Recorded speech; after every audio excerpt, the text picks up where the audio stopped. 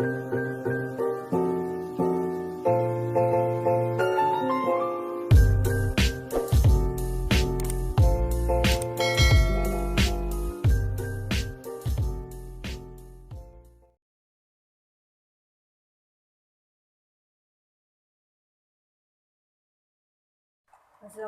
warahmatullahi wabarakatuh.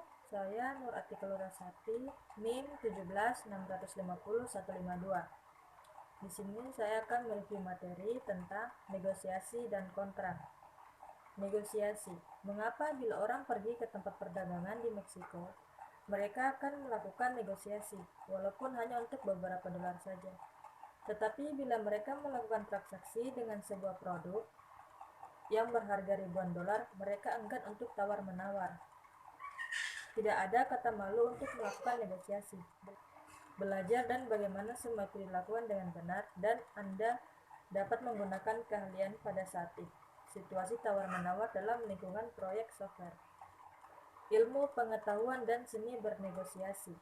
Kunci sukses dari negosiasi adalah mengetahui fakta yang sebenarnya. Hal pertama dan yang terpenting, mengetahui produk yang akan dijual atau dibeli. Sebelum Anda memulai negosiasi, tentukan dua hal. Satu, apa yang sepenuhnya Anda inginkan untuk perjanjian. Dua, apa yang akan Anda berikan. Bila Anda penjual software, hal yang akan dinegosiasikan adalah harga. Ketahui harga minimum yang akan diminta. Jika Anda pembeli, ketahui harga maksimum yang akan dibayarkan. Hal ini juga membantu jika Anda mengetahui kebutuhan lawan Anda. Ini dikatakan dengan fleksibilitas. 3 hal yang dinegosiasikan dalam proyek software. Hal yang paling sering dinegosiasikan adalah harga. Tetapi namanya proyek dan fungsi proyek dapat juga dinegosiasikan. Seperti kata pepatah, Anda akan mendapatkan harga yang murah, cepat, atau bagus. Pilih dua hal. Anda dapat menghemat uang dengan mengambil waktu yang lebih lama, atau apabila harga terlalu mahal, perhitungkan menawar dengan kelengkapan yang lebih sedikit. Anda memperoleh apa yang Anda bayar. Jika Anda membeli produk, berhati-hatilah dengan tawar-menawar, tim proyek yang terlalu rendah, atau menerima tawaran murah yang tidak biasanya. Kontrak untuk produk software mengharuskan tim proyek untuk menyediakan pengiriman khusus, seperti tanggal yang pasti untuk berbagai macam pemberian upah. Kecuali proyek ini dilaksanakan pada dasar formal dalam organisasi eksternal, khususnya dalam dokumen kontrak yang tidak ingin ditulis. Bagian-bagian kontrak. Dalam tambahan untuk harga, tanggal pengiriman, dan pengiriman, kontrak ini dapat termasuk dalam hal dan kondisi lain seperti reproduksi, harga bertahan, lisensi, atau garansi. Bila kerusakan dari software dapat menyebabkan tidak hidup atau situasi kritis lainnya, pertanggungjawaban dari penulis harus diklarifikasi. Kontrak harga tetap. Ini merupakan tipe umum dari kontrak.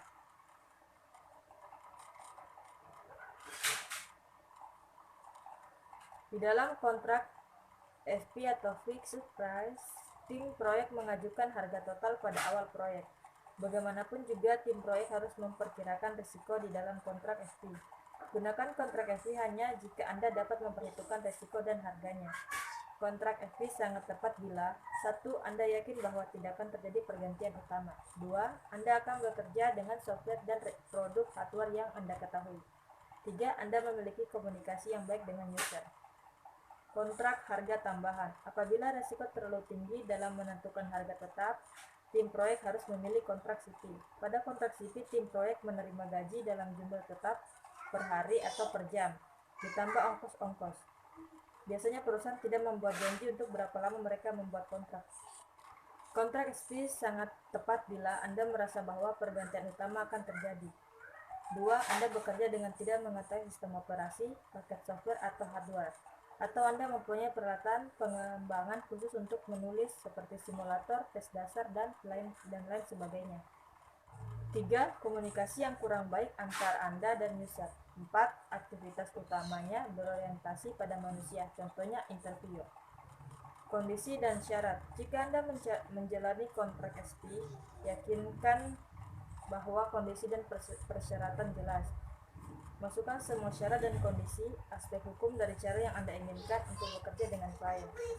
Ini akan memberikan perlindungan bagi Anda dan klien dan menghindari kesulitan yang akan datang. Kontrak di luar organisasi dan di dalam organisasi. Kontrak akan diterima secara luas jika organisasi eksternal atau perusahaan menyediakan layanan proyek. Mengapa ini bukan bagian dari proyek? Walaupun hubungan antara tim proyek dan user sangat dekat, harus ada sesuatu yang bersifat resmi. Pernyataan tertulis menjelaskan layanan yang akan disediakan oleh tim proyek.